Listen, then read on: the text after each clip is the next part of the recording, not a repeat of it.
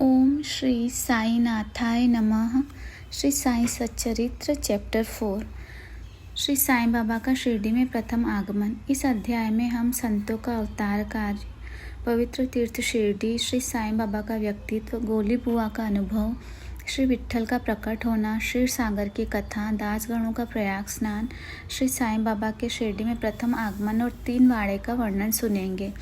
संतों का अवतार कार्य। भगवत गीता 4 अध्याय में भगवान श्री कृष्ण कहते हैं कि जब जब धर्म की हानि और अधर्म की वृद्धि होती है तब तब मैं अवतार धारण करता हूँ।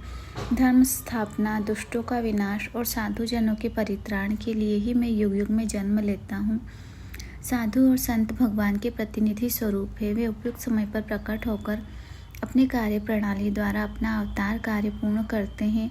अर्थात जब ब्राह्मण, क्षत्रिय और वैश्य अपने कर्तव्यों में विमुख हो जाते हैं, जब शूद्र उच्च जातियों के अधिकार छीनने लगते हैं और जब धर्म के आचार्यों का अनादर तथा निंदा होने लगती है, जब धार्मिक उपदेशों की उपेक्षा होने लगती है, जब प्रत्येक व्यक्ति सोचने लगता है कि मुझसे श्रेष्ठ विद्वान दूसरा नहीं है, जब लोग निषिद्ध भोज्य पदार्थ और मदिरा आदि का सेवन करने लगते हैं, जब धर्म की आड़ में निंदित कार्य होने लगते हैं, जब भिन्न भिन्न धर्मावलंबी परस्पर लड़ने लगते हैं, जब ब्राह्मण संध्या आदि कर्म करना छोड़ देते हैं, कर्मठ पुरुषों को धार्मिक कृत्यों में अरुचि उत्पन्न हो जाती है, जब योगी ध्यान आदि कर्म करना छोड़ देते हैं और जब जनसाधारण की ऐसी धारणा हो जाती है कि केवल धन, संतान और स्त्री ही सर्वस्व है, तथा इस प्रकार जब लोग सत्य मार्ग से विचलित होकर अधःपतन की ओर अग्रसर होने लगते हैं, तब संत प्रकट होकर अपने उपदेशों एवं आचरण के द्वारा धर्म की संस्थापना करते हैं।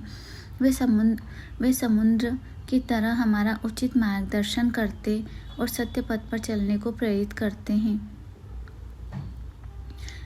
इसी मार्ग पर अनेकों संत, निवृत्तिनाथ, ज्ञानदेव, मुक्ताबाई, नामदेव, गोरा, गोणाई, एकनाथ, तुकाराम, नरहरि, नरसिंह भाई, सज्जन कसाई, सावंता माली और रामदास तथा कई अन्य संत सत्य मार्ग का दिग्दर्शन कराने हेतु भिन्न भिन्न अवसरों पर प्रकट हुए और इन सब के पश्चात शिरडी में श्री साईं बाबा का आगमन हुआ। पवित्र तीर्थ शिरडी अहमदनगर जिले में गोदावरी नदी के तट बड़े ही भाग्यशाली है, जिन पर अनेकों संतों ने जन्म धारण किया और अनेकों ने वहां आश्रय पाया। ऐसे संतों में श्री ज्ञानेश्वर महाराज प्रमुख थे। शिरडी अहमदनगर जिले के कोपरगांव तालुका में है। गोदावरी नदी पार करने के पश्चात मार्ग सीधा शिरडी को जाता है।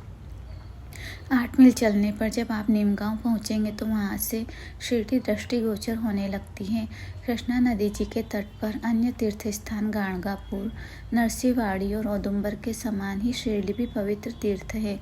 जिस प्रकार दामाजी ने मंगलवेढ़ा को, जो पंढरपुर के समीप है, समर्थ रामदास जी ने सज्जनगढ़ को और दत्तावतार श्री नरसिंह सरस्वती जी ने वाड़ी को पवित्र किया, उसी प्रकार श्री साईं बाबा ने शिरडी में अवतीर्ण होकर उसे पावन बनाया।